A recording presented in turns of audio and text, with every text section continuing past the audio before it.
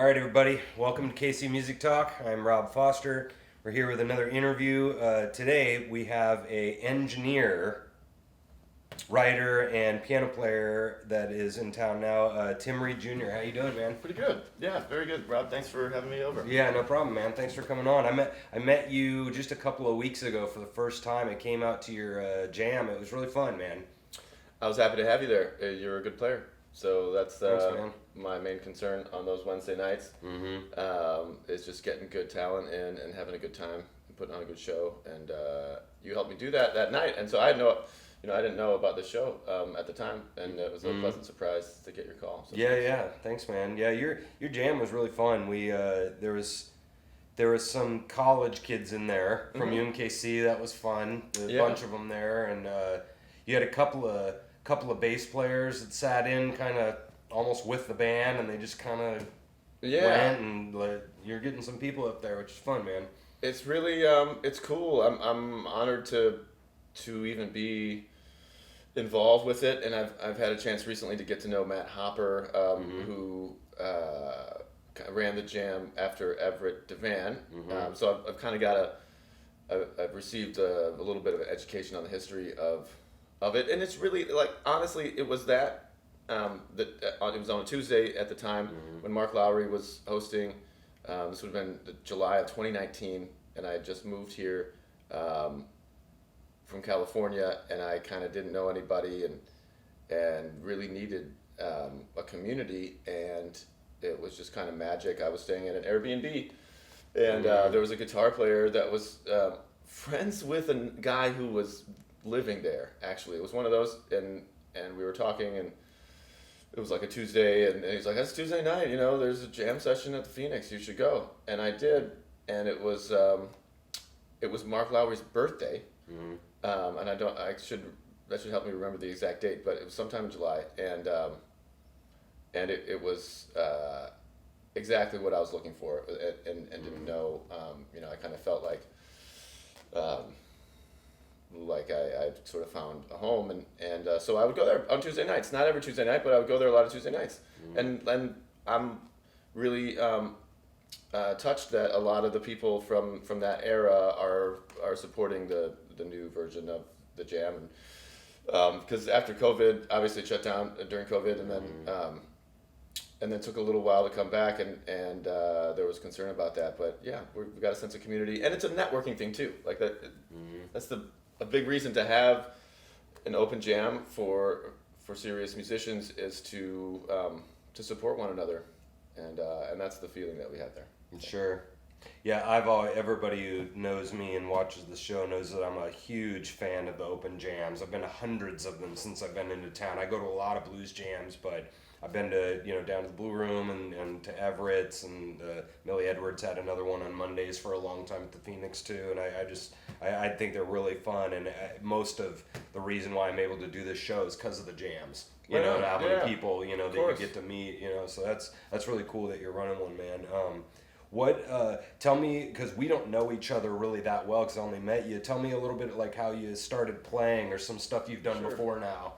Yeah, I grew up in a suburb of Cleveland, Ohio, called Westlake, Ohio, and I was involved with community theater because my mom's a music teacher, retired, but she also is a very skilled cellist, and she studied at the Cincinnati Conservatory.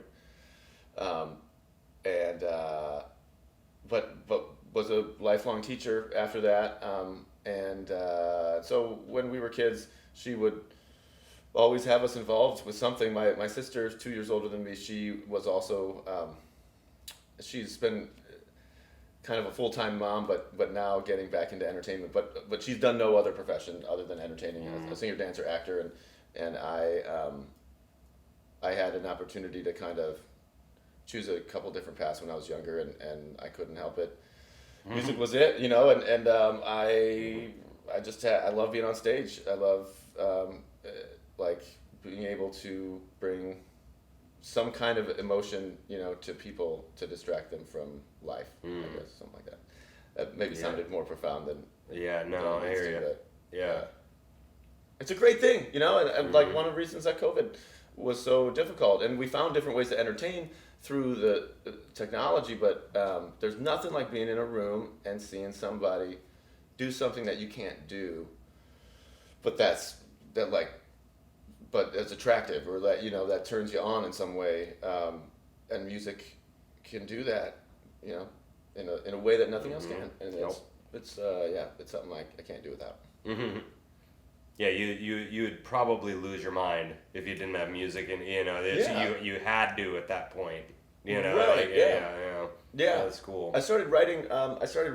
So I have had music education. I studied. I got a bachelor's degree in commercial music at Millikan University, which some people around here know about. A classmate of mine, a couple actually, that are doing well here in Kansas City. One of them is John Stafford, who runs the.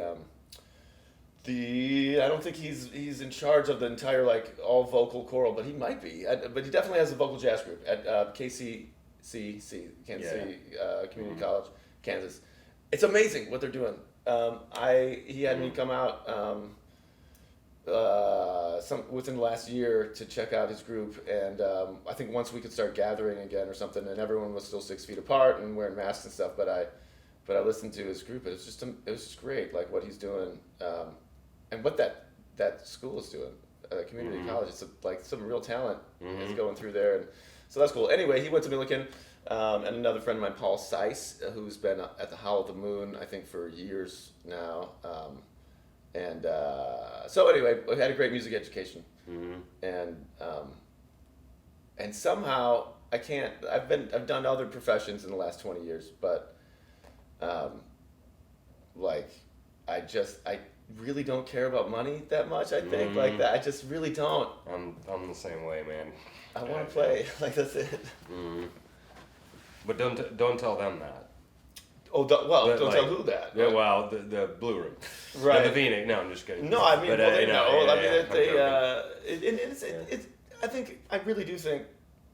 And all right, so I've lived a number of different places as a music professional, and so Chicago was the first for me, and I was there for about 8.5 to 9 years. And I loved it there. It was perfect. And coming from Chicago, I went from Chicago down out to California, and very, very different. I did not get along as well in California. But neither of the places could you expect to get a guarantee like at every venue. And so there's some perspective that I brought here, and now I've become friends with a lot of people who make a living in music, and this is a city where you can do that.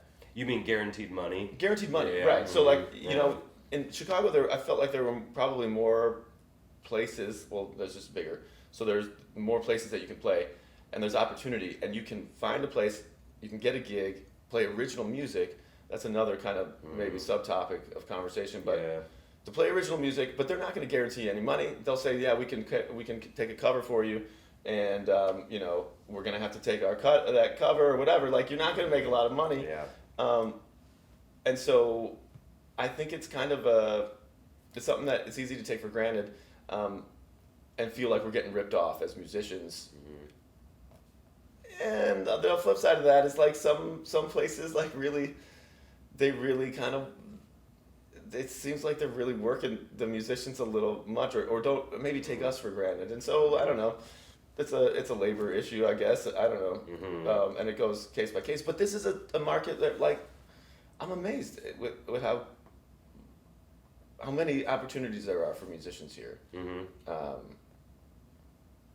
And all of a sudden, I haven't been here this long or that long, and my life took a massive turn in the time that I've been here, involving personal stuff and family, and so that led me to just make a decision to put full-time energy back into music, and it's like I'm able to make a living all of a sudden. I'm playing every day, and it's awesome. Yeah, that's great, man. That's a lot of people make that choice, and it kind of works out or doesn't or whatever. So it definitely good luck. I mean, a lot of people don't want to do that because of the risk, and so lots of people I know have a day job, and then they do this a third of their income or something as music, you know, where they're not doing nothing, you know, Right. they're doing stuff, but it's like they always have that fallback thing, you know, and which is, you know, there's some wisdom in that, you know, there's some good reasons to do that. And the question that I had for you is you just brought up a whole bunch of stuff right there,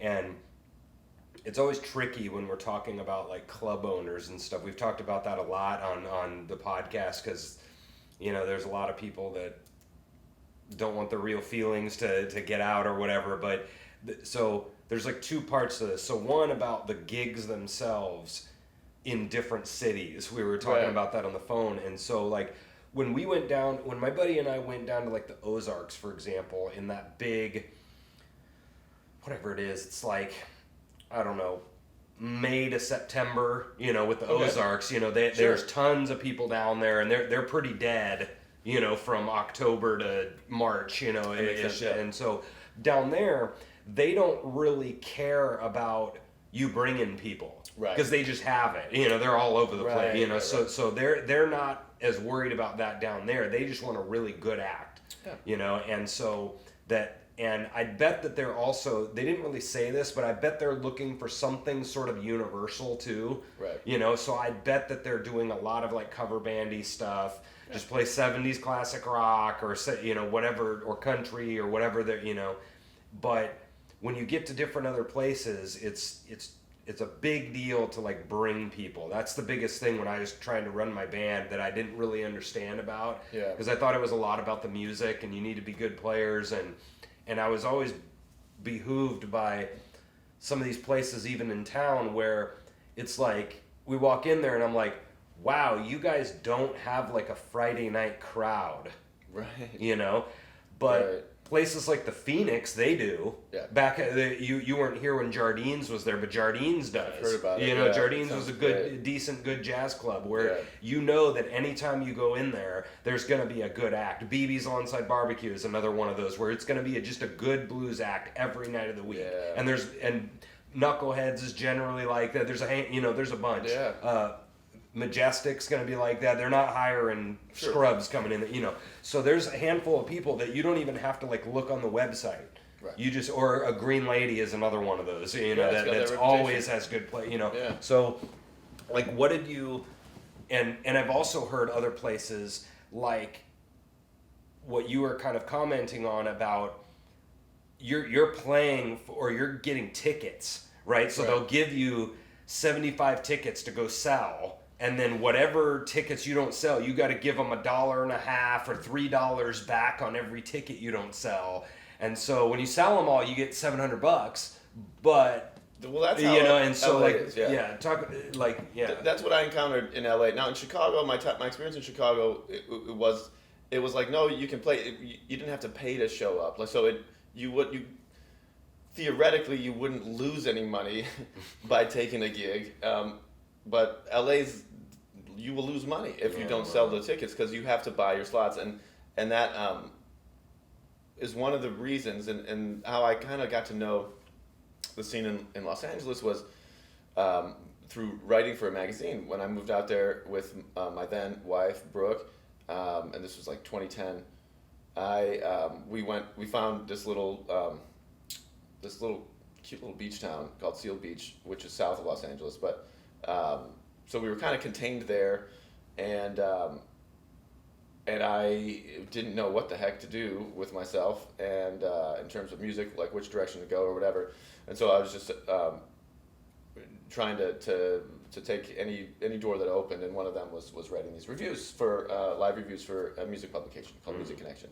So that got me into all the clubs in LA, and at some point over the course of 3 years of doing these reviews, I think I pretty much saw every venue and what they had to offer, and I think there was maybe one or two that was not pay to play. Every venue sold slots, and so there was no sense. Like in Chicago, for instance, my band or whatever the act I was supporting or something, it would usually there would be somebody from the venue, like Elbow Room or Weisfull's Pub at the time, which is not, it might even be called the same, but it's not the same place. Like the Martyrs, these are places in Chicago that I love, and there's a person there responsible for like booking a night and making it an entertaining night, a night that's cohesive. So the opening act would like make sense with the headliner and like all these things. Country and rap in the same night, you know, it's just Right, like yeah. really, you know, like Totally. That's Yeah. what. And so the Sunset Strip in LA, when I was out there, this was 2013, 2014, 15, when I was doing these,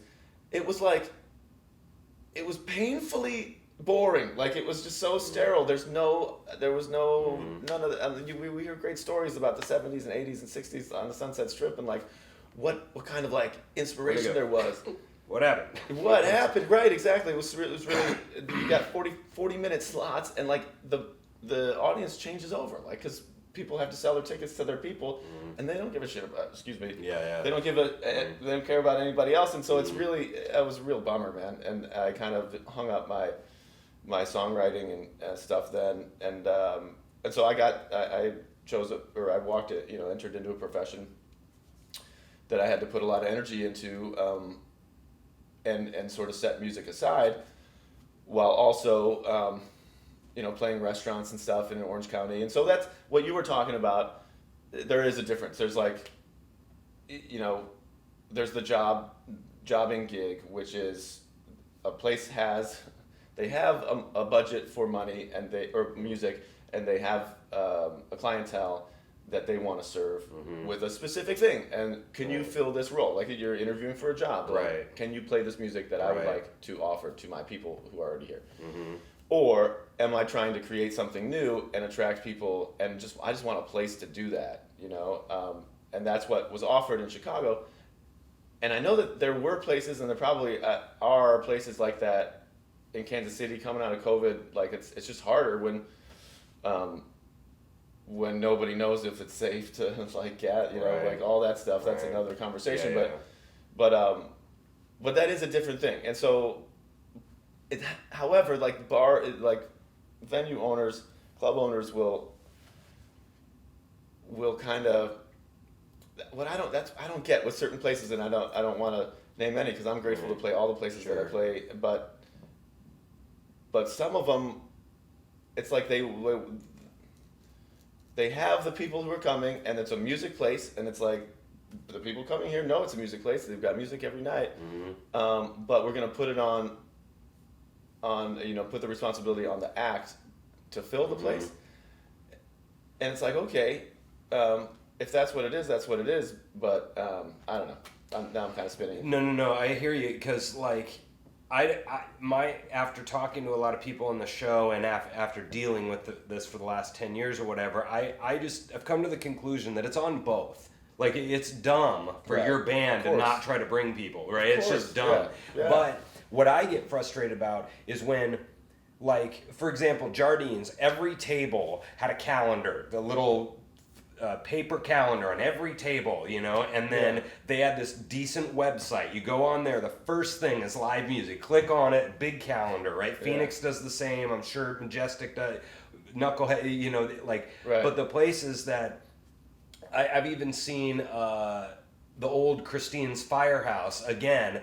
Right behind the band, they had the calendar for the month. Yeah. You know, or Yeah. for this week. You know, they had a big like chalkboard, and it was Tuesday, Wednesday, and so like the bar was like, and then they used to have this, and then KKFI. You know, KKFI will do like a jazz calendar, blues calendar Right for the on. week or today. They'll do like this is, Jardines has this, Phoenix has this, BB's has it, and so these bars are like doing some shit. Right. You know, I mean, they're doing something. They're advertising on the radio. They're doing for their clientele that come in. They have a nice website. You know, like I just get annoyed when they expect the band to do all of it.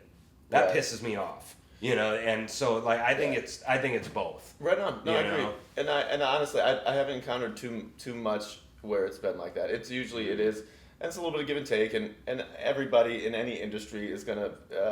I had a boss at a corporate gig that I had in Chicago when I was in my early 20s who said this. I love it, and because I always was like amazed at like how little I was like I want more money, and he's like every single person in the United States is underpaid. And that's just kind of how it is. Like, and we as musicians, of course, but I mean, however, like that said, for a skilled position, but this is arts. This is an arts conversation. Like when you pursue the arts, it doesn't really matter. It's not like it doesn't equate to like the education you might have for academia if you want to be a professor or whatever. Like you can have a master. It just doesn't matter. Can you draw people? Can you attract people with your art? It doesn't matter if you have a master's degree or not, or how well educated or how much experience you have. You know, a colleague, a great player, friend of mine, you know, was kind of lamenting about how the fact like 20 years ago, and for me too, 20 years ago, I was a 23-year-old kid, a little less than 20 years ago, but in Chicago, and my rates were the same, if I've not a heard that little lot. bit more, you know, to play a corporate event or a party, you know, you had to get $400 for a few hours, and now like it's hard to Still even $400 quote that, right? Yeah, No, yeah, like yeah. $100 an hour, and I wouldn't even try to ask for more. But that's changing, you know. But that's the thing. That's also an economic conversation. I Right? know, yeah. It's like supply and demand. Like, what are you worth, and all that, which is a whole business conversation, which would be valuable advice if I had anything to offer, because I have like undervalued myself my entire career. Right. Yeah, I know, and there are bands out there that are getting those 1,200 shows, Sure. and you know, and they're doing good, and they're doing something or playing festivals, you know, Yeah. and they're making some kind of okay money or whatever. But yeah, it's and like the one that I've said this on the show a billion times. The one that always drives me nuts with the sort of undervaluing the arts and sort of the guilt trip of it is that, you know, but it's for the Humane Society, you know, and you're just like, oh, Jesus Sure. Christ, you know, it's like they can Yeah. do this all the time, you know, and we all know that, Right. you know, for me starting at 3 years old, I mean, dude, you know, I 20, 30 years of playing before I even get here, you know, Yeah. like, and we all know this, that, you know, Yeah. you're not really getting paid for that. You're getting paid for the 4 freaking hours that you're at this show, and Right. it, you know, and I hear your buddy's argument, and that feels really weak to all of Yeah. us, like a weak argument. Everybody's underpaid, you know, and like, but it's right, It you know. is. It's There's- are we any yeah. different from teachers, from, you know, all these other professions? And so it's a little bit Right. of whining, but it's legitimate whining. I think. It's You know? it's legitimate. Like, and Yeah. for your subscribers, anybody watching, like, you know, it tip us like when you go out, like it because we're very skilled. I mean, unless it's bad, like, Right. don't, you know, don't. We need some merit up in this shit, you know, Right, like, yeah, you like, know, like, but- you know, but yeah. But if there's a tip jar, and if you enjoy the music, and it's pretty much any place, and this includes any place. There's some of the higher end restaurants, and I'm fortunate to be in a couple of those, and you know, and they're able to pay a little bit more, which is great. But still, like, if you compare our highly skilled profession to almost any other high skilled profession, like we make way less money, like way less. And so like and everyone's like, oh well, you do it for the love of, you know, the art and stuff. And it's like, yeah, but how do we, as a culture, as a society, do we want this to continue? Do we want to have great musicians, and do we want to foster that? I will say that Kansas City does more than other places, or there is at least more of like an intentional and conscious, like, collective effort to do so. There's a lot of places to play. I'm like making, you know, You're playing. I'm playing, Yeah. and I'm able to support myself sort of barely, but I'm amazed that I can even just playing. I'm teaching. I've got a few students. I could use That's a few cool. more, but I'm just performing now. I'm like, you know, I haven't had a day off of playing in a Right. while, but I'm not even going to try to start whining about that, because Mm. so many of my friends would punch me if I did, you know, because it's a blessing to be able to play every day. It's what I want to do. You know? So here's my next question. So with the different cities that you've been, I've had a lot of conversations with people about how the scene itself is, and I'm specifically talking about the players. And I get the sense that Kansas City is very jammy. Like, there's first lot of of all jams crap going on. loads of jams, Yeah. but it's really the mentality of the players, because it really seems like there's about 40 bands in town for 300 players, and they're all in everybody's band. Everybody's subbing in 3 bands, because that's really, nobody runs a band here. Okay. It's like, I'm joking. There's a couple people that run bands, but like everybody is sub players here. Everybody. From what I found, especially in the jazz scene, there's a couple of guys that run bands, but everybody's subbing in it. And what I get this sense of is that everybody's kind of okay with subs coming into the band.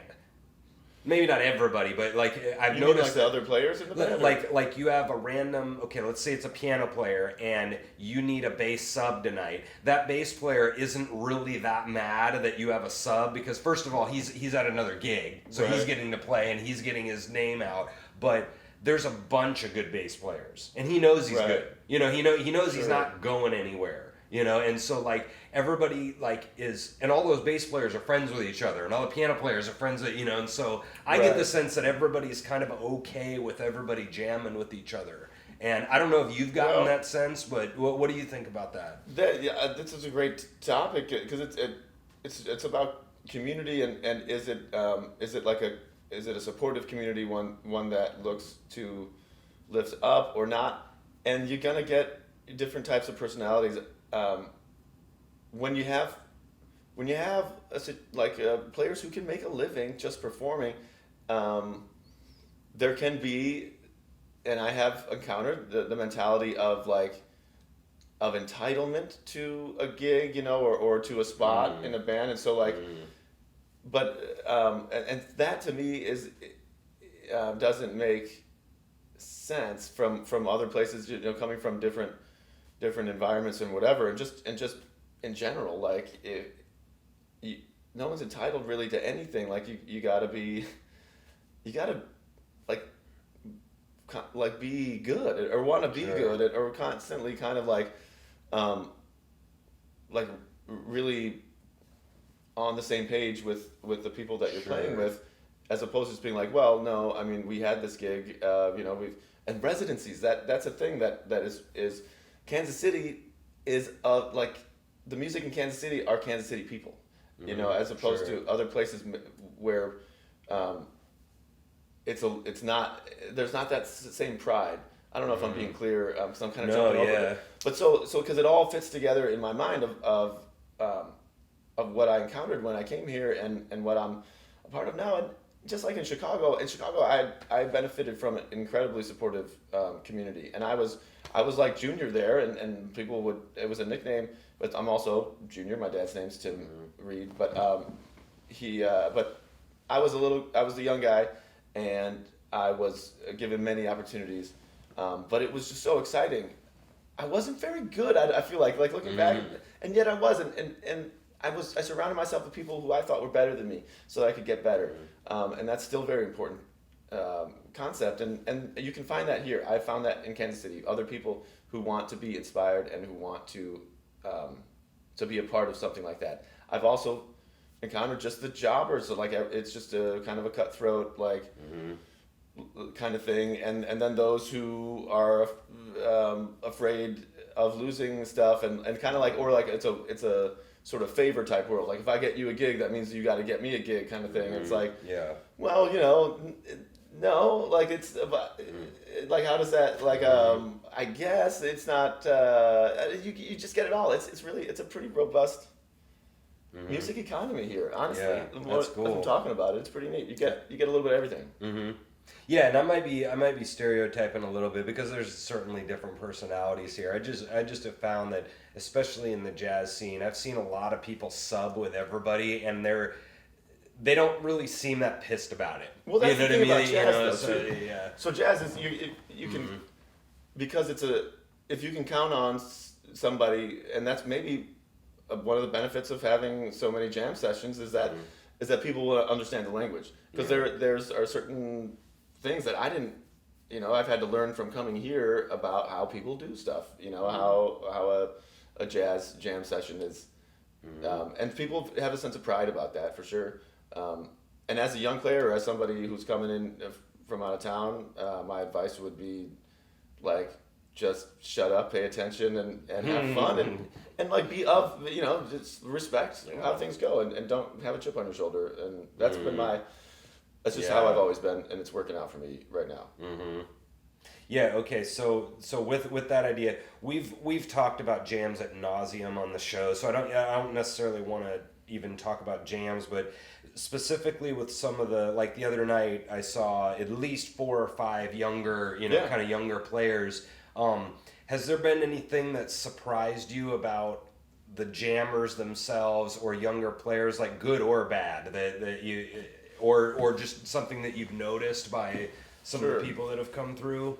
Well, the first comment that comes to mind is it's just cool. It's cool. I do the Wednesday Phoenix jam session. I host it, and I just there's this fun and exciting, like, little bit of conflict with underage jammers, and I want to make clear, it's been my understanding that the Phoenix wants to support that, but they also, they have to follow the law, and they've got, and with the COVID, like, there's really, and so some restrictions were put in place that hadn't been, like, really enforced or really cared about, I guess, in the past, and so it just kind of made us, but we came to a compromise, and I think it was a great compromise. But the point is, like, I'm amazed that there are these high school kids who have the guts to go out to a professional, in a professional situation, and get up there and play with people who've been doing it and do it professionally. I would not have had the guts to do it. And I have paid. There's a 16-year-old. Levi Burks. He's great, and he I think he's actually lives around here somewhere. But he was a student of my drummer Evan Maslak, or one of my favorite drummers, and a drummer that I hope to play with. He just became a father, and congratulations, Evan, and wife, whose name I don't remember. Sorry, wife. Oh, that's awful. But anyway, so he's not been as available to me lately. But anyway, it's one of the reasons I had to hire his student who's in high school, a sophomore in high school, but he's good. Yeah. And he has these opportunities. Like, what other city? I can't think of another place where this kind of thing would happen, and I think it's really great. Like, I mean, younger than high school, the crowd goes nuts. You know what I mean? Middle school, and you get an 11-year-old up there, and the crowd goes nuts. Yeah, I mean, it's like it's not possible for them. They're gonna boo or something, It's you mean right? It just always goes good, They're just really happy to see young kids up there for whatever. Participation, right? Yeah. But I was very performing itself. I wouldn't have had a problem because I'd been performing since I was really little, But the getting up, like, improving at a jam, I mean, that takes some balls in high school. Yeah. I don't know if I would have been able to do that, you know. I'm amazed. Just courage-wise, right? Yeah, and it doesn't. Yeah. So there, and this is, I think. Thanks for the opportunity to really address this, because my goal is to be as inclusive as possible. So, and the goals of any jam session, or at least of this one, not of any jam session, but this one that I run, is to build and foster community. Amongst musicians, and have a sense of mutual support. But where do I draw the line? And that's something that stresses me out every night. It was like, at what point do we say, like, no, man, like, you got to decide to want to become a better player before you ever try to do this. Again, like, don't waste our time, please, and don't embarrass yourself for us, like, again, because that's just not. Go do something else. Like, this is, this. Let's step it up a little bit. And or somebody who you can that they really care. They just need, nobody's giving them a chance, or they haven't had the resources that I've had, or whatever. Yeah.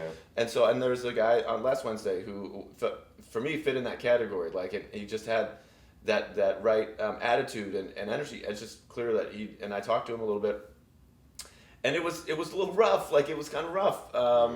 But we got through the tune, and it was good enough to get through a tune, and then it was like, hang out, man, and I'll talk to you at the set break, and I did.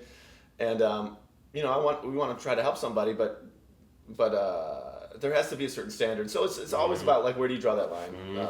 I love this topic. This is one of my favorite topics to talk about because it's just. And you're a teacher yourself, right? Yeah, and people can blast me on this if they want, but I still think there needs to be a baseline of ability before you get up at an open jam. Absolutely. I'll say it over and over and over, and if people get mad at me about your inclusive comment, and it's for them, and I mean maybe I'm an asshole, but like I still think there and it's not here, like right. it's here. You know, there's a baseline, but you know, right, there has to be, but there, you know. There is right. So that's my opinion on the subject. So yeah, because ultimately what we're doing is we're putting on a show. Like that we're at a business that needs to make money. They wouldn't exist, and we wouldn't be having this jam or show or without this venue that is having us there and paying maybe more, or there could be more, whatever. But we have an obligation to put on a good show. Like I should always start with that. That's my main thing. It's like I want to entertain some people, because everybody there. If everybody's there is just a jammer who's in high school, then the bar's not making any money because they can't sell any. All right. You know what I mean? So like, it's gotta be entertaining. Yeah. And it's not going to be entertaining if you show up, and I mean it's just going to be painful. The ones that I saw, at least that night, it was funny. You had two people up playing saxophone. And they call out their tune, and then they're, and you could tell they play. I don't remember what tune they. I remember. Four. Yeah, they called Four, and as one of them, and it was funny. Like I think they'd obviously been trained. They've been practicing, and they have a teacher and stuff. And they got up there and they did their the song, and like Bobby's been doing a great job for years at UMKC, and I know he's retired now, but. Bobby Watson. They've really been pumping out a lot of people, and I know that it's funny to me to just watch because I've been through that. I showed you my little list of tunes that I've been working on the last 7-10 years, and so they come up and it's all like, you're coming up there and you're like, oh please God, let them know just friends. Oh please God, do you know just okay? Oh God. In G, oh thank God, it's just funny watching that, because I still feel that sometimes when I go to jams, especially jazz, because I'm so comfortable with going to blues jams. I just get up there and I don't give a shit what they're doing, I'm just winging it and dealing with it. But it's just fun. It's just funny to watch younger, more people that are newer to open jams. It's just funny to me, like as a teacher. It's fun, just, right? Well, there's I love it. I love and in my other profession. I was a teacher and kind of a counselor also to mostly high school age men and women in California, and so that like I love to give to kind of be a witness to opportunity, to growth, to transformation, to like seeing somebody at a developmental stage like something click and be like, wow, I can do this, I even get emotional about it because it's like, it's cool, man. I don't know. Yeah. I hear you, man. Yeah. What's really fun is when you have somebody like a Matt Hopper who's done the jam for like 10, 12 years, and the dude that was coming out 3 years later, you're like hiring him. That's some cool shit. Yeah, that's some cool shit. And that happens all day at the Phoenix Jam, and I don't like. I need to. I've just been working too much to get to the other jam sessions, but there are a lot, and there's a couple that are more serious, and I'm a resident at the on Monday night, which is, I think it's a jam session, but it's very different than Phoenix in Waldo at the Piano Room. Oh right. And that's been going on for 9 years, but it's a different vibe. But a lot of people there, they're just good players, and it's just more strictly jazz. Like at Phoenix, we can broaden out. It's a little more singer friendly, there it's and you'll get heckled, but then kind of like. You'll get the like, we love you, man, kind of thing after, but it's I hate hecklers. I'm just kidding. It's like a heckle's maybe a little misleading, but they'll give you a little a little shit. Sure. If you don't, yeah, I'm just You're thinking, right, I'm yeah, thinking no, you're like right. fondly of, but he's a good friend of mine anyway. Pretty Ricky loves to give shit to people that he's friends with. So yeah, so. What would advice? So those younger players that are new at jams, what advice would you give them? Come ready to play, like come as ready as you are, and come to have fun. You know. Mm-hmm. But that I think those who come like already know that. I've been very impressed. I've been very impressed with with UMKC. A lot of those guys. Now that I guess I saw a big change like near like beginning of August. Some real good players coming in from like Cincinnati. This guy Ben Baker, who I haven't seen in a few weeks. Ben Baker. Yeah, come on. What's going on, dude? He's a great horn player, but he's came to get his master's degree at UMKC, and so stories like that. But yeah, no, I mean the advice to young players is go out and play, but you better have thick skin and yeah, I don't know. Just, just and come listen. out. Okay, here's some good advice. I'm like, oh, what?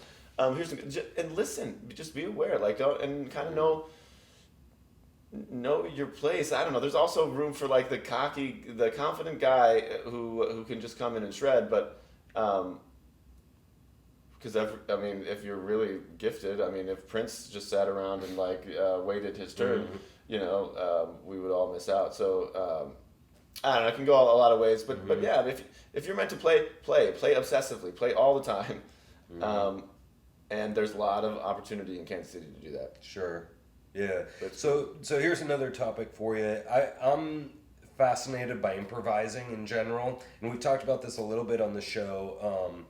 And I know there's kind of a lot of different ways to like view of like you're about ready to do a solo or something, and what the hell am I gonna play? And like, do you have any like kind of philosophy of improvising, or like can you speak a little bit about like what right before the solo or when you're practicing or something? Is there something that you are specifically thinking about, or is there something you're specifically not thinking about, or talk about that. Yeah, I mean the direction, my improvising has gotten better as I've been able to get away from thinking, right? So like thinking at all, like it's and I know Herbie Hancock has spoken a lot, and it kind of with him, it when he speaks or writes about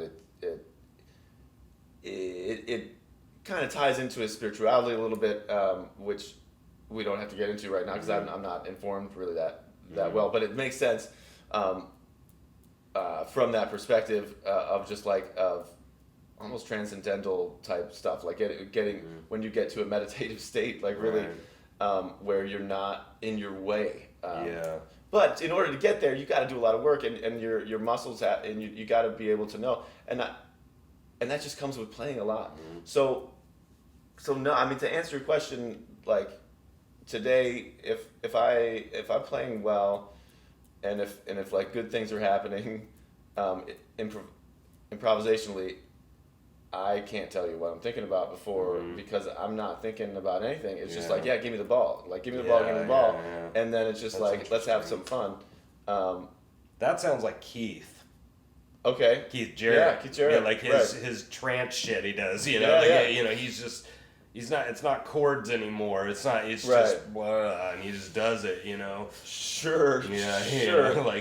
And then and I appreciate like how brilliant all that stuff is, and but that then I like what that reference kind of freaked me out a little bit because there can be who are we doing it for? I guess what's an improvisation for like that.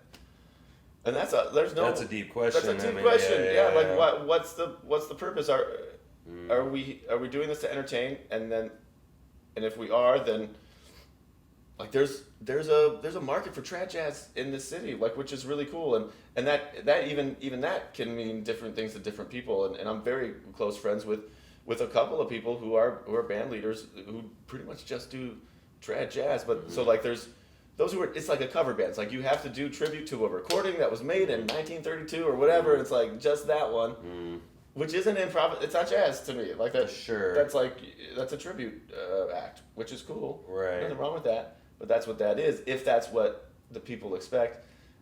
Now, can you play that music and bring new life to it? And for me, like that gets closer to what my understanding of what the beauty of jazz is. It's kind of collaborating with people from the past and, you know, people who are dead and making something new together, like it's far out.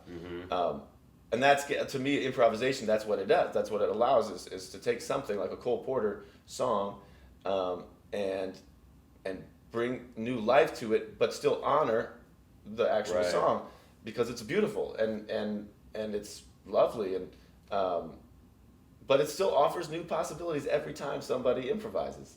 Like it can be made new, and that's pretty cool. So, like I don't know what any of that means other than like I take it seriously. Sure. Yeah. No. I totally get what you're saying. What I struggle with is like because I'm taking a similar approach anytime because I do so many different kinds of genres. I play in a country rock band, and then when I come over and do jazzy stuff, like I'm coming at it the same type of a way. This one guy called it like the toolbox idea, where you have like all of your little riffs, and you're just throwing them in, whenever you feel like it, and you're coming up with new ones, and you're trying stuff or whatever. And that's the way I kind of just have sort of learned to do it, and that's not the way somebody like Keith. That's totally different from what like a Keith would do. Is he's just just playing whatever. He's not deciding to do his da da dee da da da dee da da riff. Right now, that's what I'm doing. And I don't know if that's good or bad, but that's the only way that I can even do it.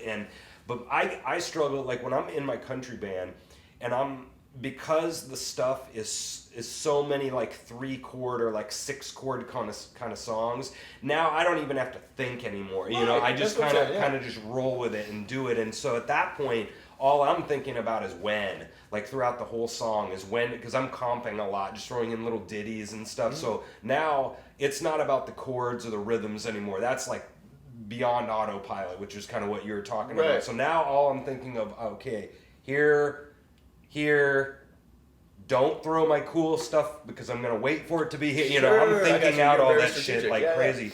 But when I get over to the jazz stuff, especially when I start getting into the harder ones, I can't do that yet of just wing it because I'm like, where the fuck am I at? And so I have to go, okay, chord, and I listen for the 2/5s, and I'm very hyper, like, okay, we're 3 lines down. I'm what is it called?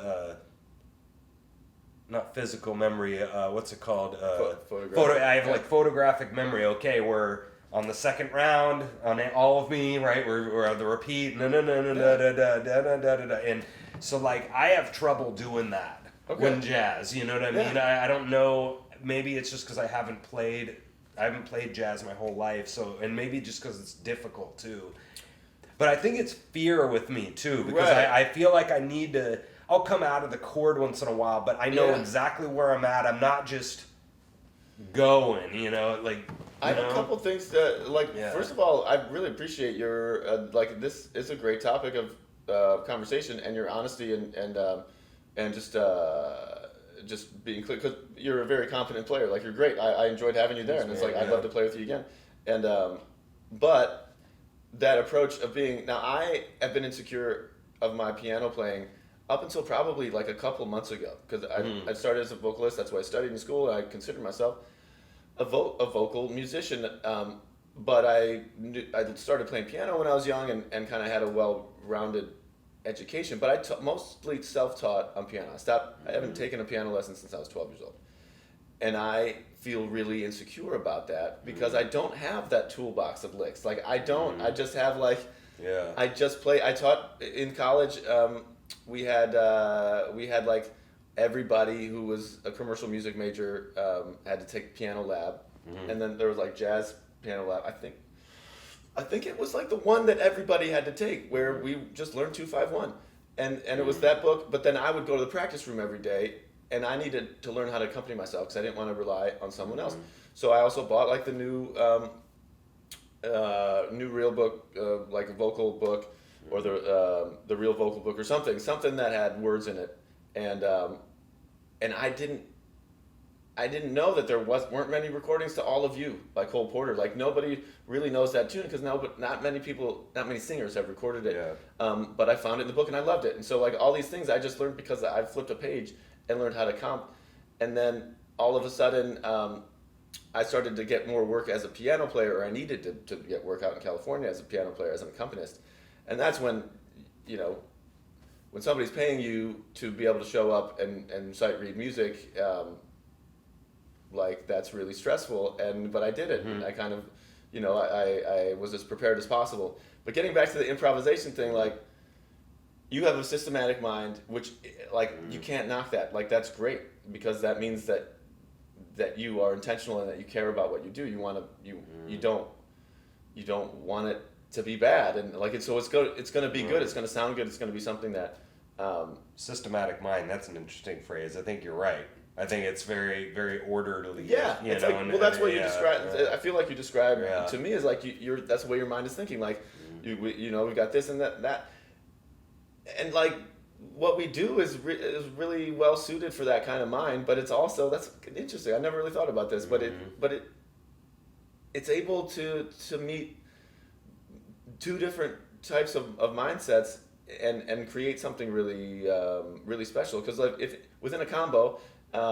If everybody's Charlie Parker, like, it's gonna be. I don't know. Maybe I'm kind of like going off into left field here, but because when I maybe unfairly think of a Bird as somebody, because I read Miles Davis' autobiography, and so like as somebody who would like look like he was about to die until it was his turn to solo, and then it was just he would do something that was miraculous, and it was like how the well, are you talking about like taking it off of the page and how far you can take it? Because that's kind of what I'm talking about. I'm sticking on the page hard, and when maybe you're talking about when you have all four of the people in the band taking somebody's got to here, then here, then here, right. Yeah, and so I just feel like I don't know the tunes well enough to take it off of, because I'll watch these saxophone players. That will, I call it the crap. Like they'll do like sound effects and stuff, and that will extend their material like crazy because I just refuse to do the sound effecty stuff. Yeah, but that means I'm doing all my riffs all the time. Yeah. And when they're just doing like they'll sit on one note. Like I'll see a sound, when it's like going hard, like Night in Tunisia or some song that's kind of ripping hard, and they'll go for like four measures, and that's what I call the crap. They're not playing a riff right now; they're just doing a sound effect. But like for some reason, my brain won't let me do that. I have to like be playing, Yeah. You know what I mean? Well, my question to you, Rob, is like, what's your goal? Like when you do it, what's your goal? That's a great question. Like, what are you trying to do? Pleasant sounds need to come out of my violin, and what does that mean? You know what I mean? That's like this is going into some really deep stuff, but like. But you reveal like in your process. No, this is really revealing, and it's great. Like this is great stuff. This is a good conversation because because like a lot of people. A lot of the audience, don't get it, or maybe it's helpful for them to understand, like, or we often kind of can be criticized of, or certain styles, certain types of improvisers are considered, just trying to please themselves, and like, is this for me? Is this for you? Is it for us? What's it for? Yeah, I don't know. For me, it's both. It's definitely meaning like not even the bandmates, but me and the audience. I want them to enjoy it. I want them to enjoy it, and I want me to enjoy it. But what I'm thinking of is like I'm putting this in two categories because there's like okay, here's a good example. There's a bunch of drum solos that we've Sure. all heard that a lot of times they'll do a bunch of kind of nonsensy stuff, but the energy isn't, and they push through this nonsensy thing and they push through out the other end of the second half of their thing, and the audience is going nuts because they can feel the energy. You know, they can Nice. feel the energy. And so that's where you're not hearing that. When you hear that word pleasant sound, what does that mean? You know, that it could be pleasant sound meaning a perfect samba. Yeah. You know, that's one pleasant sound. Sure. But the other pleasant sound is they got an experience right now Yeah. of this weird drum solo that they're not going to hear again. Yeah. You know, at least for another weeks of a drum solo, you know, and they got this experience that was kind of wild and crazy, and that made them happy. Yeah. You know what I mean? And Yeah, so it's what? inspiring. So what is the pleasant? You know, the pleasant sound. Now we're into relativism again. You know, Yeah. of you know, what does that mean? And Yeah. so I don't know. Like so, yeah, I don't know exactly where I'm kind of going with that, but But you alluded, Yeah. but you revealed something that though that's especially what we're talking. You know, we have an academic kind of culture and music, and so and musicians fall into that category. It's the jazz is very much that's what we're left with is you can pursue jazz if you're able to go if you want to go to college like and so you stay in this sort of academic world which really is almost anti what jazz is, you know, it's like so that's a and that explain that. so it well so academia like if you're and when I say academia staying in college Conservatory. yeah conservatory culture Yeah. totally so there's a conservatory culture Yeah. and even anybody like who said like I went to a conservatory or whatever is trying to make the point that there's an elevated culture to my art or whatever, or that I take myself seriously, which in itself is fine. Like it's not, and all of it's fine. It's great, but then it becomes more and more just a bubble of stuff that everyone's concerned about, like playing everything correctly. Or Right. like there's rules. there's rules, Yeah, yes, yeah. because Yeah. that's otherwise. Why would you? Why would anybody pay money for anybody to Right. go and learn? And so and just like with writing or with any kind of anything in the human realm that you know. And so some Greek probably said it first of like. You know, you learn the rules so that you can break them Right. and explore beyond it. And Right. so, and music allows jazz is that's what it is. Yeah, Like yeah. there are rules, and in order to really to enjoy it with other human beings, like everybody's got to know the rules and be speaking the same language. But then it's only fun for me if I can introduce something new or if I can hear something new. And so I like to play with people and I've been fortunate to have guys in my trio or quartet or whatever, like that'll just do something that's like what George Schramm, who's a young guitar player in town, and he was my first call because I met him at the Phoenix Jam Session when it was on Tuesdays with Mark hosting, and then COVID happened, and it was during that time, and I quit my other job, my other profession, and was just kind of like I don't know what to do. So I called George, and he was like, yeah, man, I'll play with you. And so he was like the first guy, and that guy amazes me every time. He does something that's like, what is that? I've never, and I've played with a lot of guitar players, and a lot of them annoy me. I'm sorry. There was only a couple Right. really, maybe just one. And this goes way back, not from Kansas City. But because he wasn't listening. It was just, he wanted to be louder, Yeah. and it all was about him, and he was a young guy out of Berkeley, and he's doing very well. So, Yeah. way to go. He's fine. But like, I don't know. Like if I was just worried about, I would really be insecure because I don't know any of Blake's. I don't know. Which is another good piece of advice to myself, to just listen more. Like listen, what inspires me. You know, Bill Evans always inspires me. Herbie Hancock always inspires me. And so the more, and Oscar Peterson, like, you know, there's George Shearing, all these great pianists, if that's what I'm focusing on, like Chick Corea, I got to listen to some of him because it's been a long time, but just by listening and knowing what's possible and then putting your own voice to it. Because what you described, to me that's a computer. You know what I mean? Like, and Yeah. I mean no disrespect, of No, course, but I 100% agree. Yeah, this guy that I watch, he talks about there's like big 5 personality traits, and one sub trait is called orderliness, and another one's just called openness, and that's kind of the creativity right on, dimension. And and that's roughly right and left brain. You know, left sure. brain is orderly, right brain is creative, whatever. But I'm taking. There's definitely moments like in college where we were very big like fish heads, you know, Sure. big jammy rock kind of, you know, meandering kind of stuff, and I was totally down with that, and I like that. But to me, it's like the thing that was different is that we made a decision. You know, we're gonna do this random jam. It's gonna be monstrously creative. We're gonna go wherever. All right, here we go. You know, but now we're playing like All of Me, and there are words. And, you know, so that's where my mind frame is. It's like, okay, now we get to do a thing, but there are chords here. There's a structure. Okay, now I'm in orderly mode.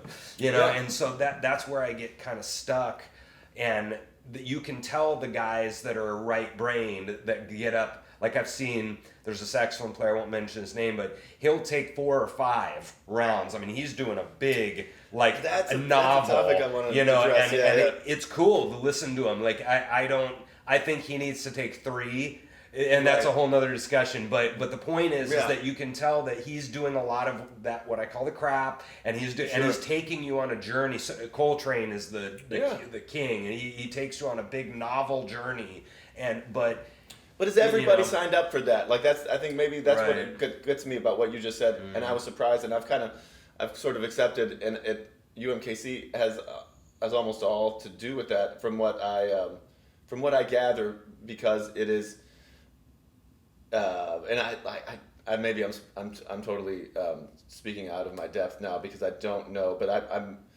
I know I really like a guy who does that, and I love his playing, and so I actually talked. It was him that I was able to be like, "What's up with this, man? Like, are you open to like the leader like saying like let's cut it at number 3 instead of going to 6, like, because on number 5 or 6, I'm telling you, the audience is like tuned out, man. Like we're not listening anymore. And so, but there's an argument, and we had a great discussion on it, because like you just said, there's something that I really love about that, about taking time when I'm so neurotic and nervous about like every note has to be great, or like everything, and if I'm not saying great stuff at every moment, then I got to just get out of here, or also like I want to just do exactly what I want to do and then get out so that everybody else can have a turn or whatever.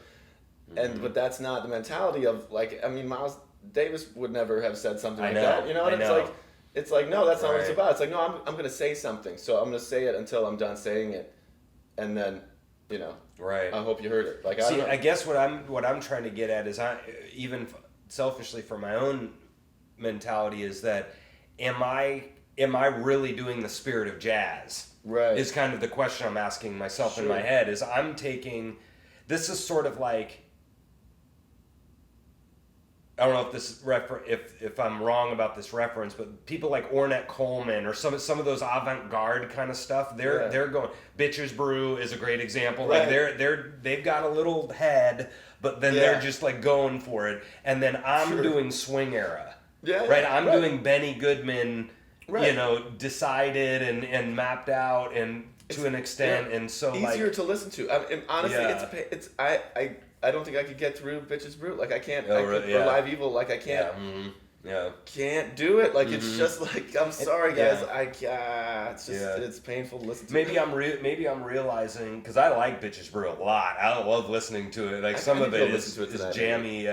But some of it I really like. But maybe I'm realizing that that's not me. Like that's not my thing. You know, I need to go do this other stuff that's more structured or whatever, because I like improving. I like it a lot. I do it both of us do it as a career, you know. So I'm not against improving, but it's like, to me, this would be another interesting question, is that when I hear cover tunes, like, okay, so you don't know this, but I ran a band for a while. It was about 3 or 4 years, and we did like kind of jammy stuff. It was like Fish. We did some 70s and some 90s rock tunes, but I hired a bunch of jazz guys, and so it was really fun. And but what I wanted is I wanted us to do the structure of the song in general, but we're going to put violin with it on solos, which is totally different. But I'm going to hire these jazz guys, and it's going to be basically the beat, but I want you to do your badass funky stuff over that. Right. Like we did, for example, we did like Interstate Love Song and like Plush and so like Okay. Stone Temple Pilots. Okay, yeah. But I hired these jazz guys, and I'm like, if you want to Nice. throw a ninth in there once in a while, do it. Right? If you want to throw, Yeah, that's you know, great. if you want to That's do cool. your, you know, Sunday afternoon, particular, you know, he's doing this. Fun, so, man. Yeah. but I was like, but my point was that, so we're throwing violin, totally weird, you know, totally Yeah. not normal. We're going to throw jazz guys in, a couple of jazz chords, but at some point you take it so far off the page that this isn't the song anymore. Okay, Like, yeah. especially when they start doing like fucking giant steps in 13 and stuff. I'm like, all right, guys, okay. Right. You know, it's like that's when I get annoyed with jazz a little bit. Like, yeah, that's fun to like just, just like show everybody how good you are and crap. You know, it's like, you know, Right. I'm like, okay, but that's where I get just annoyed sometimes. It What do becomes you a- think yeah. about that? Right. No, I think that's kind of that's part of what I think we're talking about is who's it for, and that can tend to close, alienate an audience. Honestly, like, and that kind of leads towards even like a cliquish mentality of like, okay, either like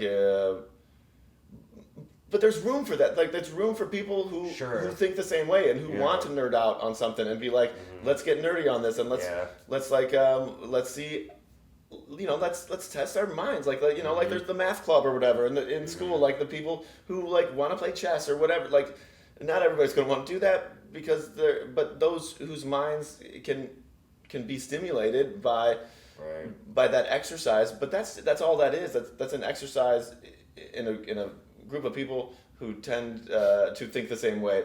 It's not necessarily an entertaining experience. Who are bored with giant steps, right? You know, they're so far, like they're Right. like this 70 chord tune in 11, and they're like, okay, got it. You know, like they're so bored that. And so like you can't knock it. It's like, way to go. Yeah. Like, find other people like you to help yourself Right. continue to like to not get stuck. That's fine. I'm not a, you know, when those types of people have a chip on their shoulder or try to appear bigger than or better than or above others, you know, that's maybe what it feels like, and that's a different problem, like, you know, and so I know people who maybe would fit in that category who aren't arrogant, you know, Right. So like Yeah, and it's arrogant. not about the arrogance to me. It's just like, I guess, and what I'm saying is I am not suggesting one bit that I think nobody should do that. I think everybody Right. should do whatever they want. You know, there needs to be, I'm glad that there's a place called Kansas City that people are still doing trad blues, trad jazz, you know, somewhere in the world is doing that. It's I'm amazing, glad. yeah. But, and if in New York, if they want to do, you know, covers all day and do some new music, good. You know, it's like, and Kansas City, new music, good. You know, I want all of it. I want tradition and new everywhere. You know, I want, and so I'm not suggesting that they should. Maybe I'm just saying on my end that that's just something that I don't like. It can be Or that, irritating, you know, yeah. So with that topic, last big topic we'll talk about is, so in that spirit of what are you doing when you're writing, right? When you're writing your songs, are you, I'll give a real specific question. For me, when I'm writing I wrote 2 rock albums, and I wanted to do, because I had a song in 11/8 that we did, but it was super normal chords, right? It was like a pop tune, but in 11. So it was very normal pop lyrics, right? Normal chords. Yeah. And so I was trying to take some a little bit, what's the word? I was trying to make weird stuff really accessible. Yeah. That's kind of what my goal was. I wanted to put some 7s, some 9s chord wise in there, but do some normal beats, new, and try to normal, regular pop kind of lyrics. And so that was my goal for writing stuff. I wasn't writing really jazz stuff. I was writing like rock tunes, really. But what are you thinking about when you like write tunes? Is there any specific thing you're thinking about, or?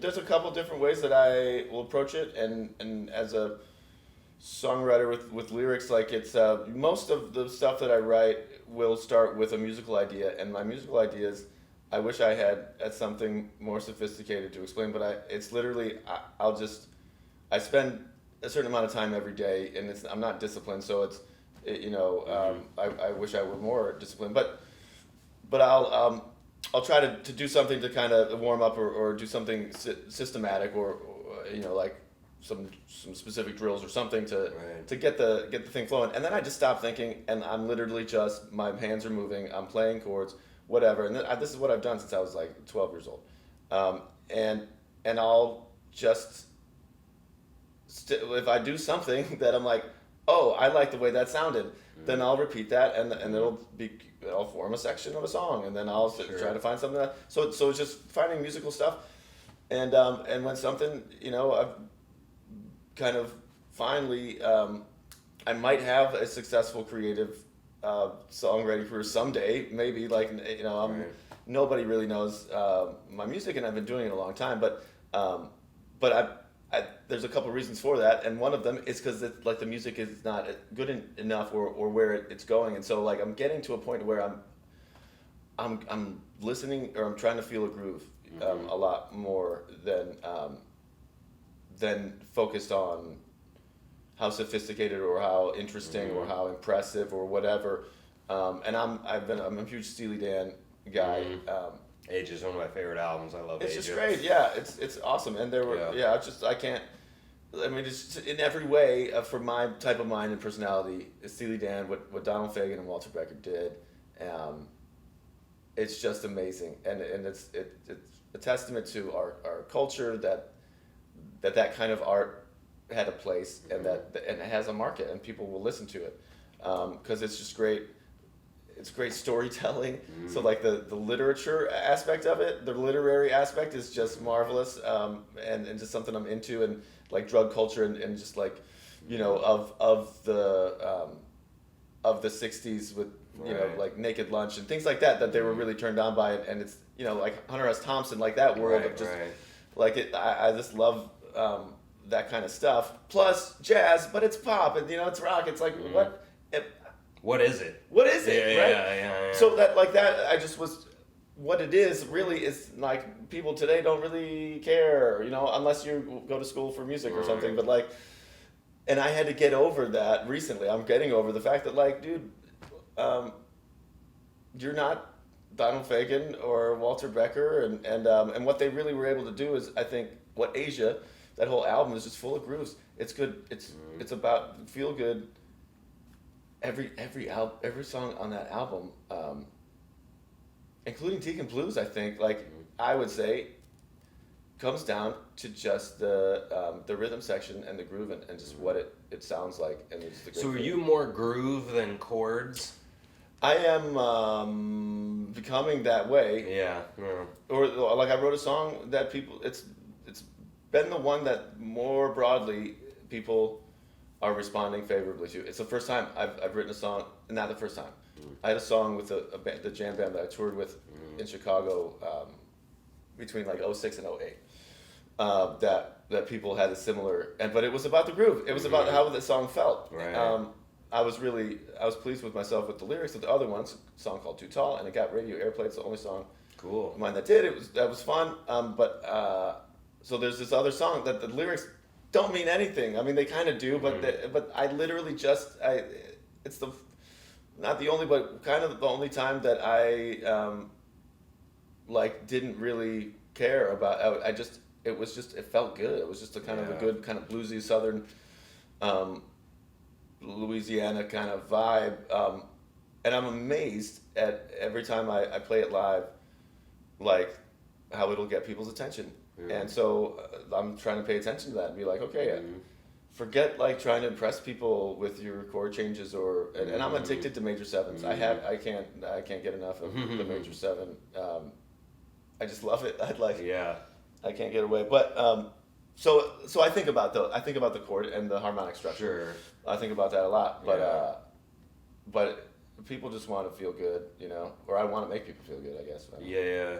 I know on the Ken Burns thing, the guy was joking about ruptured 129th. He said that because they were joking about bebop and stuff. Right. How that closes more clubs than opens and stuff. And they were that nobody cared if we played our ruptured 129th chord. They're just they're caring about how they feel. How it makes the music makes them feel, and they don't have any idea what you're doing. All this. And the one question I had was, do you, when you're just sitting there figuring out your chords, are you recording that?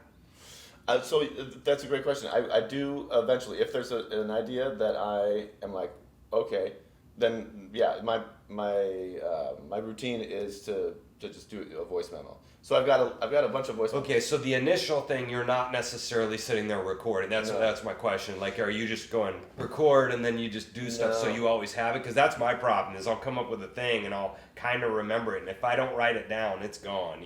Like at least the next day. There's no way I remember it. And for me too. And so but I have to. Now I had a collaborator in Chicago, and that's what we did, and so that was our writing process. Joel Stysons, man, I love him to death. I miss him and many others in Chicago. But he's a drummer, and I had my 2 keyboards, my Nord lead synthesizer and the Nord Electro, and the two of us he would press record. He had like a mini disc recorder. This is like an 02, 03, 04. Yeah. And we had a practice room, and because that's another thing that you don't have as much here because it's just a smaller city. But there are these huge buildings just full of these practice rooms, and like the walls are super thin and stuff. But it's the whole culture. Like you have 2 dwellings. One is your apartment that you live in, and then the other is this smelly tiny practice room that you share with like 3 other bands. And oh god. Anyway, so we would go in one of those rooms, and he would press record, and we would just play for like an hour and a half, and improvise together. But man, that was so much fun, and a lot of songs I still play were started from that process. Yeah. So that's kind of my process that I do by myself, except for I'm not going to surf through like an hour through hours crap. of He wanted to do that because he's a nutcase. But like so that was his job. He would like listen through all that stuff, and he'd be like, dude, you gotta check out what happens at 17. There was a good nugget in there, but he sat there and did it. Yeah. So you mentioned really briefly about you doing some on the other side of the recording desk. Yeah. And it was a big learning experience for me to do my 2 albums that I did of just what that kind of looks like. And the guy was talking to me about literally the walls themselves, about how much deadening you have. I know when I was thinking out my songs, and because mine were a lot more prog rocky, like with the drums, my drummers were like, toms. This whole section is building. Let's do toms. Doom doom doom doom doom doom doom doom, and we're building. Then we go into we need some big ride crash stuff because it's bigger, and just mapping out all the drums as an example. And I never thought about any of that stuff until I got in the studio. I'm just like, oh yeah, the beat and the stuff and things. Then they were like trying to think about how we need to mic this, how many times we need to try it in the studio, and like what's been your experience like behind the scenes doing all the engineering stuff? Yeah, well, I mean, I love it. I just love it. It's so much fun. And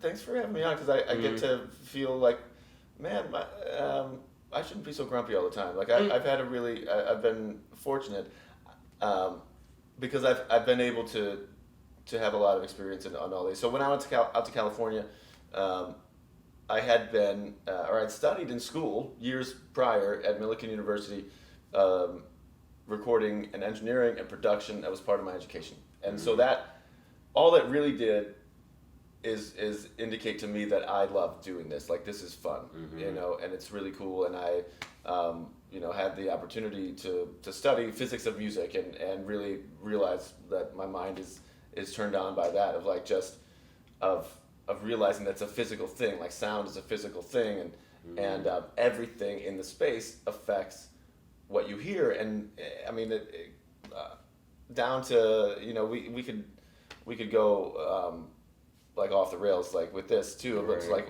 vibrations but the fact is it's a physical thing like that you can't see.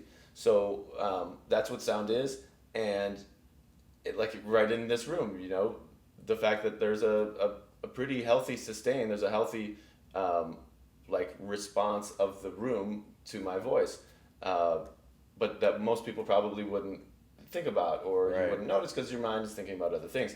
Right. But yeah, there's a pretty healthy reverb in this space. That's the physical stuff of like because that's one of the things that you mentioned about like walls and stuff.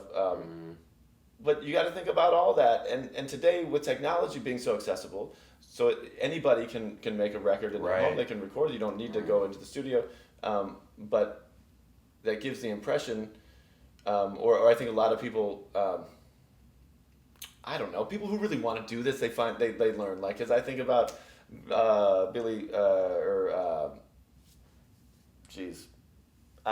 what's it, Phineas and Billie Eilish. Oh, yeah. I think those are the right names. Anyway, they became famous recording in their own home. And so it can be done because they're geniuses, or it was like, wow, well, but he has an exceptional mind and an ability to use technology better than everybody else. But most people, you gotta have others and know a little bit about sound, and that's where the fun is. Because I don't know, it's just so much fun. It's about getting a good performance and something that moves people. Like what the reason that works is because her voice moves people. Like, and she didn't go to college and they didn't have all that stuff, and there was just the two of them, and they weren't fancy or whatever. But it was the human voice. This is just me giving my opinion now, but like her voice moves people, and her brother's knack for finding out how to bring the most out of the technology that he had, like that's art. It's really cool. Yeah. I'm not like, I don't really listen to a lot of their music, but it's just, instead of being like, wow, whatever, I just don't get it, and it's pop music or whatever. Right. I think it's just like, wow, that's amazing. I'd love to be inspired. I don't know. Yeah. Do you I've always found it funny. My buddy that I play with, when we tried to do, or he wrote an album and he wanted to track all of it.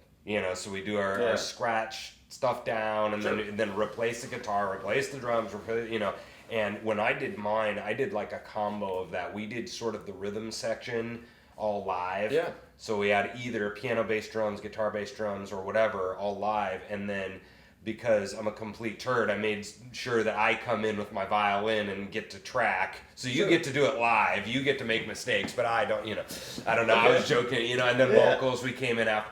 But because I was kind of the star, it was my album, whatever. But I did kind of a combo, so I got a little bit of the live feel, like more like jazz. And then I got to make mine take, I didn't take 80, but, take your 6 to 12 takes on this thing and make sure it's good. And, like what... you can get obsessed. That's a downfall. What do you think about tracking and stuff like that? It depends on what the goal is, but in my experience, I just like we're getting further away from being as a listener because of how programmed most music that we hear is, and it's all quantized, and it's like everything is right, so precise. That we're just used to hearing it, but to me that we're missing something in that. And, there's nothing raw. Right. Yeah, so that raw thing, like all the great rock and roll music from the 1990s. Can you imagine Nirvana to a click track? Like I don't know. And they might have done stuff to a click. I don't know.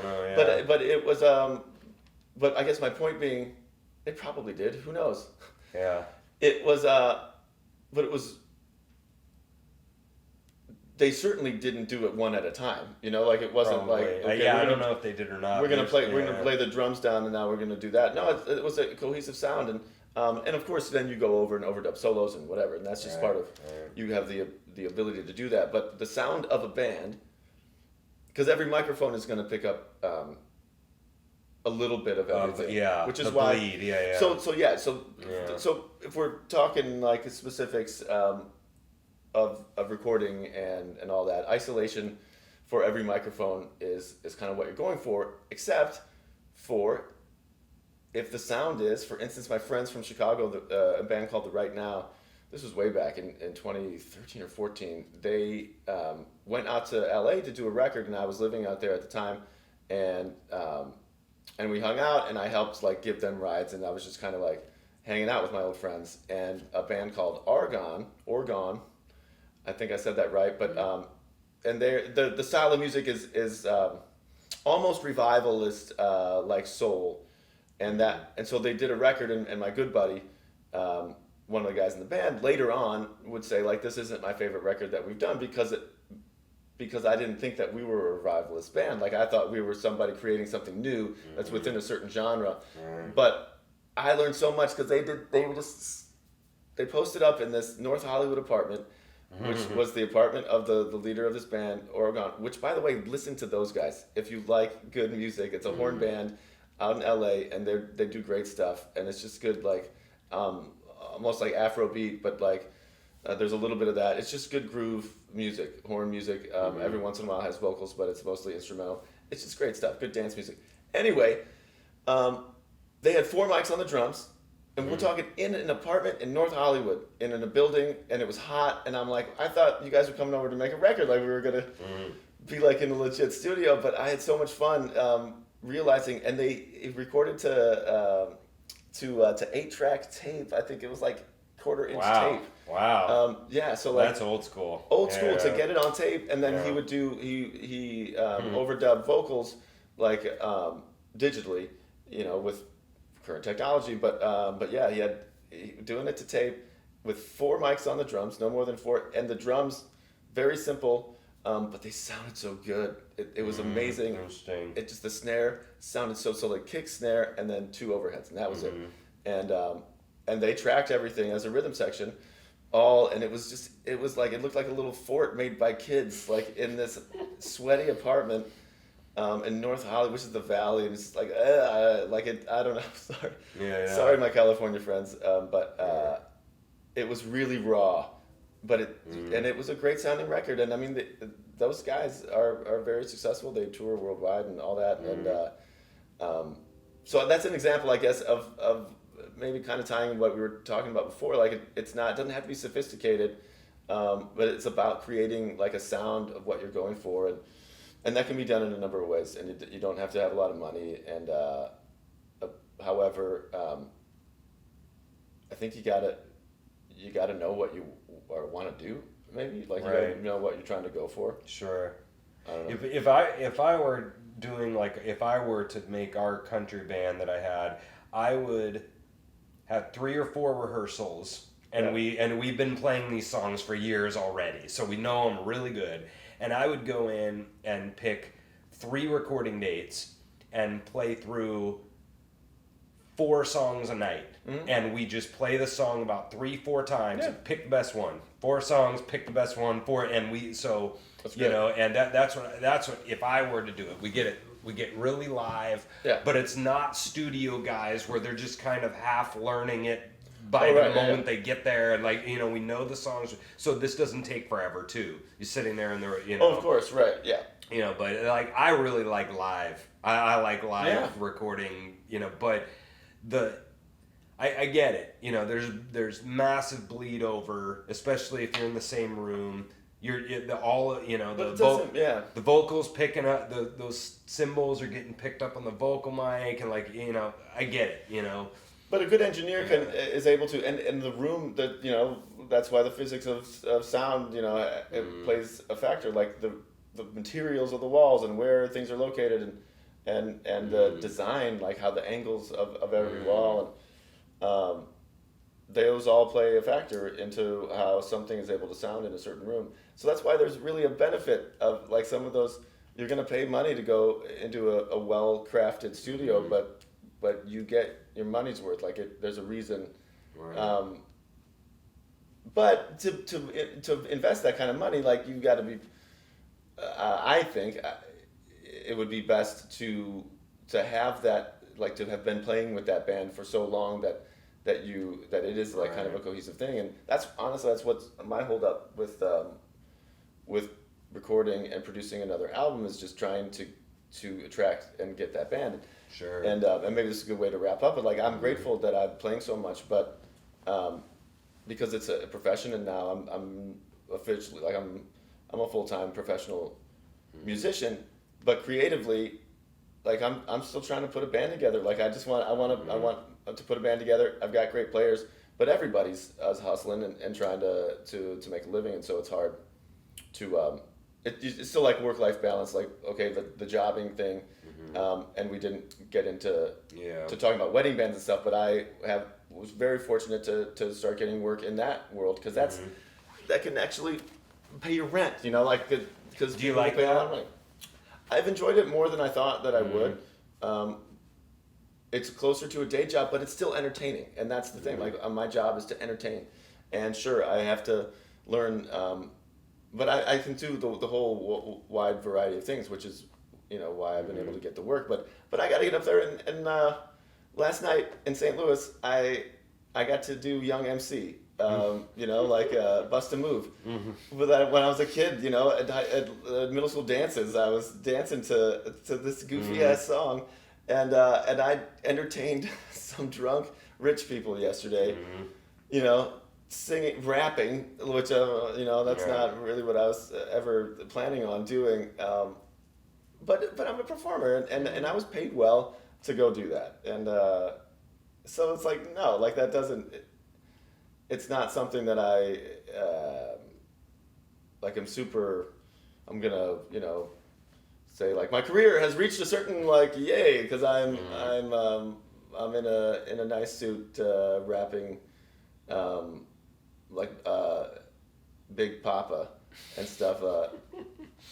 B.I.G.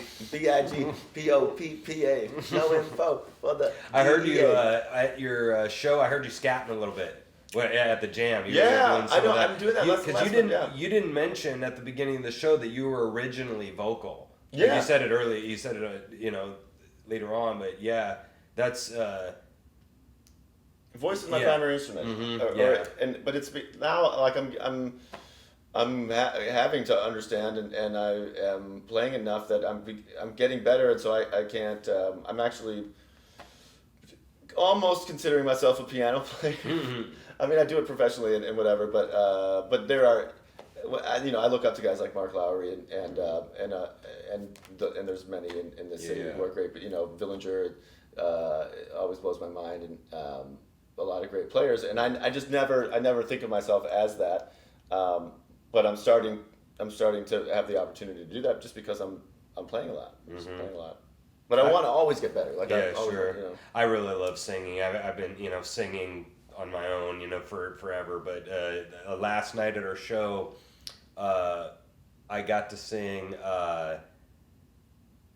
that take my hand. And all of a sudden, that was like the highlight of the night for me because I never get to sing ballads, and that was really fun. We'd never done that song out in public and stuff.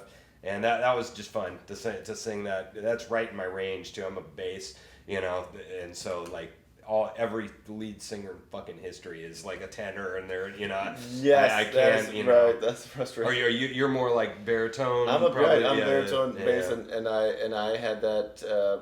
I've had that. I was a big Billy Joel fan. All his songs are too high. So Elton John. Same thing. Harry Connick, though, I was able to sing Harry Connick Jr. songs, and he was a huge influence on me. And Frank Sinatra. So like the fact that my dad had me listening to that stuff helped me. And then I got hip to Kurt Elling, and he was in Chicago when I lived there, and so I saw him every night at the Green Mill for a few years, and was heavily influenced by him and the improvisational element. He would be, I don't know if he would say this, but my take on him is that he's more systematic because he has some licks that I noticed that he would just recycle all of these licks in his improvisational scat, and it impresses everybody because it's like, wow, you don't hear anybody that skilled or that precise and that creative scatting, because scat is just one of those things. It's like, yeah, it's a little bit awkward, and people it's like a little bit, oh, please don't do that, yikes, it makes me uncomfortable, but I said F it because it was a fun way for me to express myself. I'm doing it less and less just because I'm aware, of the audience and how much they can probably take of that. And I try to Do one round. right. Yeah. Like and that's why in the jam you might hear me scat once, maybe twice, but no more than that. Just because Endings, it works really good too. Mhm. Like the end of a song, Yeah. you're doing a tag or so, you're Sure, doing sure. like Wave. Okay, Wave right. has like this end jammy thing you can do there, and it's Right, totally if fine. it's kind of you know, mixed in, like Yeah. Algernon Michael Jackson would scat, Oh, yeah. like, and you don't even know it, but listen to some Well, of his Marvin stuff. Gaye had a ton of that kind of Yeah. stuff too. Yeah, it worked great. It sounded Crosby, really cool. David Yeah. Crosby, Mhm. like it's all over, pop Yeah. music. So, but yeah, it's it has its place. Yeah, sure. Yeah, cool, man. Well, I don't know if you had anything else. I mean, we could just go forever. I'm Right, sure, exactly. Yeah, I'd love to. so- I'd love to do another round, maybe. If you're up for it in a half a year, we'll see. Sure, man. Yeah, I've wanted to start doing some playing ones. These I are thought all, about that earlier today. and doing like I'd love to get a drummer on and do a little bit more educational stuff of him to, like, one example is like him to show a bossa, a train, Right a on. two-step, and how it's all the same tempo, but you do this with the kick, and then That'd be very helpful. you do on the 3, all of a sudden it comes back beat, Yeah. and you get and piano player do whatever, Yeah. singers do whatever, I'd love to do some stuff like that with That'd be some more fun. people. So I'm thinking it's on my radar. Cool. Well, yeah, Kinda thanks again for do having something me. like that. So, there you go. That was Tim Reid Jr. and this was Casey Music Talk. So we'll be back with more interviews, and like and subscribe to the channel. Appreciate you, and we'll see you later. Get out of here. All right.